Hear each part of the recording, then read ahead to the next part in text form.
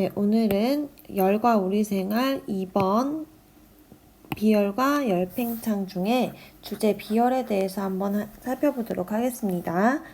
일단 우리가 비열을 알기 전에 저번 시간에 열량이란 걸 좀 언급을 했었는데 열량에 대해서 다시 한번 정리해 볼게요. 열량은 열의 양, 이동한 열의 양인데 다시 얘기하면 이동한 열의 양인데 우리가 열은 어디서 어디로 이동을 한다고 했냐면 온도가 높은 곳에서 낮은 곳으로 이동한다고 배웠습니다. 그래서 우리가 단위는 킬로칼로리나 칼로리 단위를 쓴다고 했었고 이 열량에 대해서 나중에 고등학교 때 관계식을 조금 더 배우게 돼요. 선생님이 이걸 참고로 적어 놨는데 사실 참고라고 하지만 알아두면 우리 중학교 수준에서도 이해하기에 훨씬 편한 내용이기 때문에 알아두면 편하다. 선생님이 이 공식 자체를 꼭 외워야 된다 이런 걸로 시험을 내진 않았지만 알아두면 훨씬 유용한, 더 유리한 그런 내용입니다. 그래서 우리가 얘를 Q는 C, M, T 이렇게 나중에 배우게 돼요. 고등학교 때. 그래서 각자 약자가 다 있는데 궁금하신 분들은 찾아보시던지 아니면 선생님한테 와서 물어보면 제가 설명해 드리도록 하겠습니다. 그래서 그냥 알아만 두고 이걸로 인해서 이렇게 관계식이 또 바뀔 수 있다 정도만 기억을 해주시고 넘어갈게요. 그래서 우리가 물질의 질량이 크면 클수록 온도를 높일 때 더 많은 열량이 필요해요. 이거는 예시를 한번 생각해보면 좀 간단한데 우리가 물을 종이컵 한 컵 데우는 거랑 물을 냄비 한가득 데우는 거랑 우리가 똑같은 열로 이렇게 데워지는 게 아니잖아요. 온도를 높일 때 똑같이 100도씨까지 끓인다고 가정했을 때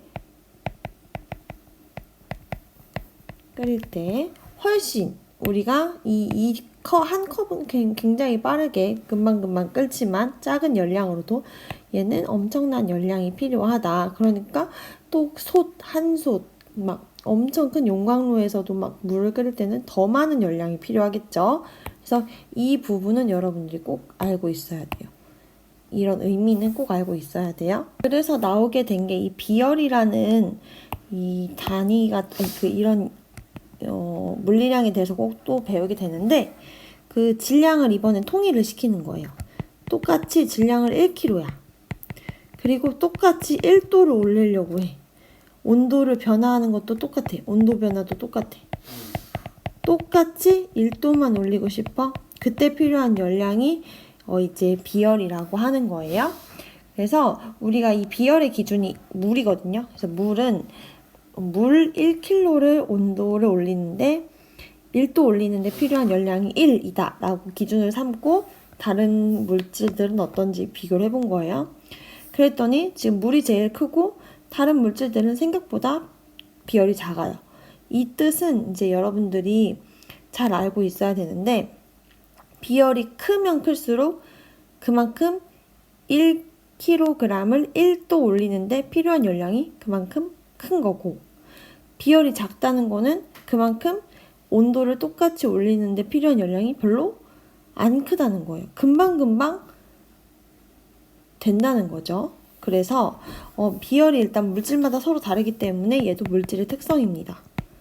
우리가 물질의 특성 용해도 이런 거 배웠잖아. 끓는 점 이런 거 배운 것처럼 물질의 특성이고 다시 여기 너무 중요한 내용 나왔네요. 비열이 클수록 온도가 잘 변하지 않고 비열이 작을수록 온도가 잘 변한대요. 그러니까 우리가 일상생활에서도 이 온도가 잘 변하지 않게 해야 되는 경우가 있고 온도를 잘 변하게 해야 되는 경우가 있기 때문에 비열에 따라서 다른 물질을 쓰겠죠. 이건 좀 이따 밑에서 다시 얘기할게요. 예를 들면 그런 거지. 라면을 먹고 싶어. 그럼 라면을 빨리 끓여서 빨리 먹고 싶은데 두꺼운 뚝배기에다가 라면을 끓인다고 해봅시다. 그러면 그 뚝배기 물 끓이는 데만 해도 엄청 오래 걸리죠. 그래서 우리가 보통 라면은 양은 냄비에 먹었을 때 뭔가 또 맛있어 보이기도 하고 빨리빨리 잘 익어요. 그래서 그럴 때 그럼 온도가 잘 변하는 비열이 작은 양은 냄비 재질을 쓴다라는 거고요. 또 막 우리 국밥 같은 걸 먹어야 돼. 그러면 우리가 먹을 동안도 이게 안 식었으면 좋겠어. 그러니까 뚝배기 같은 데도 나와서 된장찌개나 국밥이나 이런 거는 오랫동안 온도가 잘 변하지 않게, 좀 끓는 건 오래 걸리겠지만, 그래서 비열이 큰 물질을 쓴다. 이런 식으로 기억을 하시면 돼요. 그래서 비열이 큰 물질은 천천히 데워진다고 생각하시면 돼요. 천천히 데워지고 그만큼 또 천천히 식고.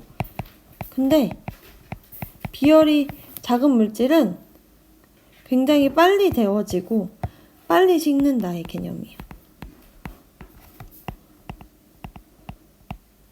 그래서 우리가 선생님은 이 비열이 작은 물질 같은 애들을 금사빠라 그래.